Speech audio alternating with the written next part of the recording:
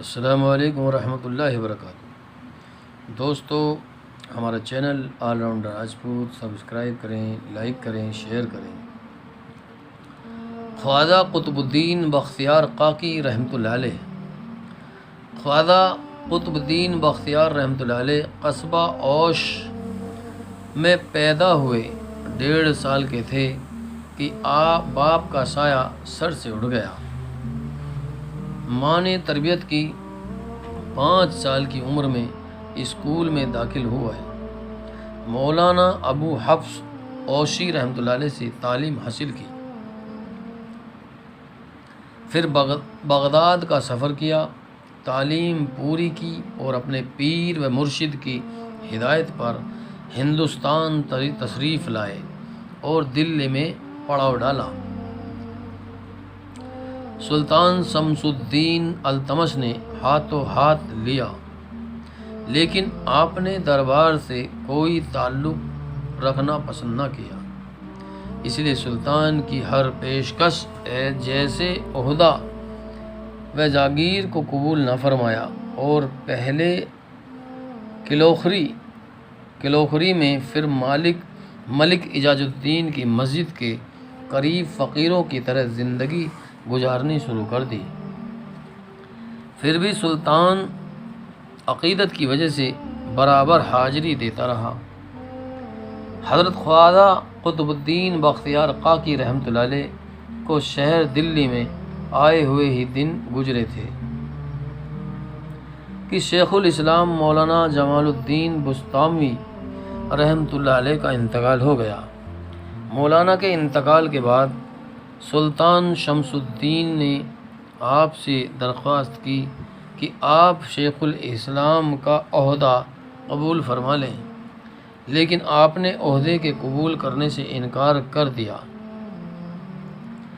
آخر یہ عہدہ شیخ نجم الدین سغرا کو، جو بہت بڑے عالم تھے، دے دیا گیا۔ نجم الدین سغرا حضرت معین الدین چشتی رحمۃ اللہ علیہ کے ملنے والے اور بڑے بھلے اور نیک آدمی تھے، لیکن اس عہدے پر آنے کے بعد ان کا رنگ ہی بالکل بدل گیا، یہاں تک کہ وہ حضرت بختیار کاکی رحمۃ اللہ علیہ کے ایک فریق سے بن گئے۔ ایک دن حضرت خواجہ معین الدین چشتی حضرت بختیار کاکی رحمۃ اللہ علیہ کے پاس دلی تشریف لائے۔ سارا شہر امڑ کر ان کی زیارت کے لیے جا پہنچا، لیکن شیخ نجم الدین سغرا ان سے گہرا تعلق رکھنے کے باوجود صرف اس لیے ملنے نہیں گئے کہ وہ حضرت بختیار کاکی رحمۃ اللہ علیہ کے پیر تھے۔ آخر خواجہ اجمیری خود شیخ نجم الدین سغرا سے ملنے کے لیے تشریف لے گئے، لیکن نجم الدین اس کے بجائے کہ آپ کے آنے پر خوش ہوتے، بڑی بے توجہی سے پیش آئے۔ آخر کار انہوں نے اپنے مرید کو اجمیر چلنے کا حکم دے دیا۔ حضرت بختیار کاکی رحمۃ اللہ علیہ تو دل سے چاہتے تھے کہ ان کو اپنے پیر کے قدموں میں جگہ مل جائے، اس لیے فوراً اجمیر جانے کے لیے تیار ہو گئے۔ لیکن جب آپ کے اجمیر جانے کی خبر شہر میں پھیلی تو لوگوں میں بے چینی سی پھیل گئی۔ چنانچہ بادشاہ سے لے کر امیر و غریب تک روتے ہوئے آپ کی خدمت میں حاضر ہوئے اور سب نے یہ درخواست کی کہ آپ دلی چھوڑ کر نہ جائیں۔ حضرت خواجہ بزرگ نے حضرت خواجہ قطب الدین بختیار کاکی رحمۃ اللہ علیہ کے ساتھ لوگوں کی یہ عقیدت و محبت دیکھی تو آپ نے ان کو اپنے ساتھ لے جانے کا ارادہ بدل دیا اور فرمایا کہ بابا، میں تم کو لے جا کر اتنے دلوں کو دکھ نہیں پہنچانا چاہتا، تم یہی رہو، میں تمہیں اللہ کے سپرد کرتا ہوں اور دلی کو تمہارے سپرد۔ خواجہ بزرگ کے ارشاد اور فیصلے کے بعد تمام شہر میں خوشی کی لہر دوڑ گئی، لیکن شیخ الاسلام کو معلوم ہوا کہ حضرت قطب الدین بختیار کاکی کو دلی میں ہی رہنے کا حکم ہو گیا ہے تو بڑا دکھ ہوا۔ غرض یہ ہے کہ سیک کی جلن اور بڑھ گئی، جس کا نتیجہ خود انہی کے حق میں بہت برا نکلا۔ بادشاہ کی عقیدت: خواجہ قطب الدین رحمۃ اللہ علیہ نے دلی واپس آ کر پوری تیزی کے ساتھ دوسروں کو ہدایت کا راستہ بتانے اور تربیت کا کام انجام دینا شروع کیا۔ انہوں نے سرکار دربار سے باقاعدہ کوئی تعلق نہیں رکھا اور نہ صرف اس کو اپنی زندگی کا اصول بنایا،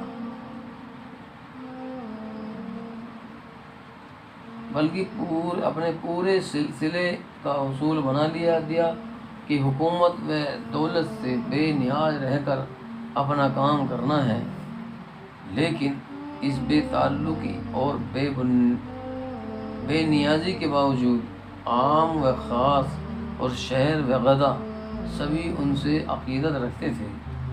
اس عقیدت کا اندازہ اس سے کیجیے کہ سلطان شمس الدین ہفتے میں 2 بار حاضری دیتا۔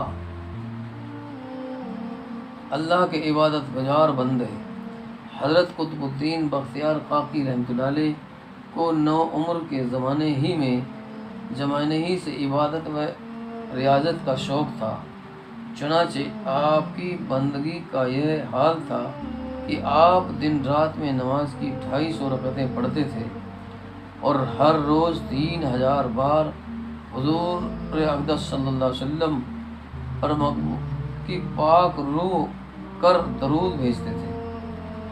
ابھی ان کی عمر 50 سال یا اس سے کچھ اوپر ہوئی تھی کہ اللہ سے عشق و محبت کی وہ آگ جس کو انہوں نے صبر و جبت کے پنجرے میں ہدایت و تربیت کی مصلحت سے قید کر رکھا تھا، بھڑک اٹھی اور اس عشق کی مستی میں جھومنے لگے۔ ایک بار شیخ علی سنجری کی خانقاہ میں قوالی ہو رہی تھی۔ قوال نے شعر پڑھا: کشتگان خنجر تسلیم را، ہر جمع آج غیب جانے دیگرست۔ اس شعر کا پڑھنا تھا کہ حضرت پر مستی چھا گیا۔ وفات: خانقاہ سے مکان پر تشریف لائے، وہیں مستی کی حالت باقی رہی۔ اسی شعر کی فرمائش تھی، فرمائش پوری کی جاتی تھی۔ 4 دن رات اسی حال میں بیت گئے، لیکن جب نماز کا وقت آتا تو ہوش آ جاتا، نماز ادا کرتے، پھر اسی شعر کی فرمائش کرتے، شعر پڑھا جاتا، وجد طاری ہو جاتا۔ 5ویں رات میں ان کا انتقال ہو گیا۔ اِنَّ لِلَّهِ وَإِنَّا إِلَيْهِ رَاجِعُونَ۔ یہ واقعہ 633 ہجری کا ہے۔ انتقال سے پہلے عید کے دن عیدگاہ سے مکان کی طرف واپس آ رہے تھے۔ ایک ایسے میدان میں سے گزر ہوا جہاں کوئی قبر یا آبادی نہ تھی۔ خواجہ وہاں ٹھہر گئے اور دیر تک کھڑے رہے۔ کسی خادم نے عرض کیا کہ عید کا دن ہے اور لوگ انتظار میں ہیں، آپ یہاں کیوں رک گئے؟ ارشاد ہوا: مرا ازی جمی بوئے دل ماہی، دل حامی آمد، مجھے یہاں سے دلوں کی خوشبو آتی ہے۔ دوسرے وقت زمین کے مالک کو بلا کر اپنے خاص جیب سے اس کو خرید فرمایا اور اس کو اپنے دفن کے لیے تجویز کیا، وہیں دفن کیے گئے۔ حضرت خواجہ کے خلیفاؤں کی تعداد، جن کے نام تذکرے کی کتابوں میں مل جاتے ہیں، 9-10 سے کم نہ تھی، لیکن آپ کی جانشینی اور حضرت خواجہ معین الدین کے کاموں اور مقصدوں کو حاصل کرنے کا مبارک حصہ حضرت خواجہ فرید الدین گنج شکر کے پاس آ گیا۔ آپ کی تعلیم۔ حضرت خواجہ قطب الدین بختیار کاکی رحمۃ اللہ علیہ نے ارشاد فرمایا کہ سلوک والے اپنی عادتوں کے بارے میں لکھتے ہیں کہ انسان کا کمال ان 4 چیزوں پر ٹکا ہوا ہے: کم کھائے، کم سوئے، کم بولے، لوگوں سے میل جول کم رکھے۔ پھر فرمایا اگر درویش لوگوں کو دکھانے کے لیے اچھا کپڑا پہنے تو سمجھ لو کہ وہ درویش نہیں بلکہ اس راہ کا لٹیرا ہے، اور جو درویش نفس کی خواہش کے مطابق اچھا کھانا پیٹ بھر کر کھائے تو یقین جانو کہ وہ بھی اس راہ میں جھوٹا ہے، دھوکے باز ہے۔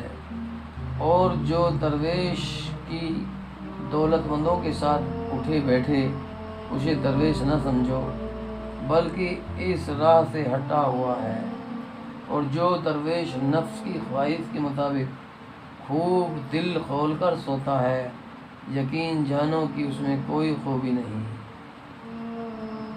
دوستو ہمارا channel all rounder Rajput subscribe کریں، لائک کریں، شیئر کریں۔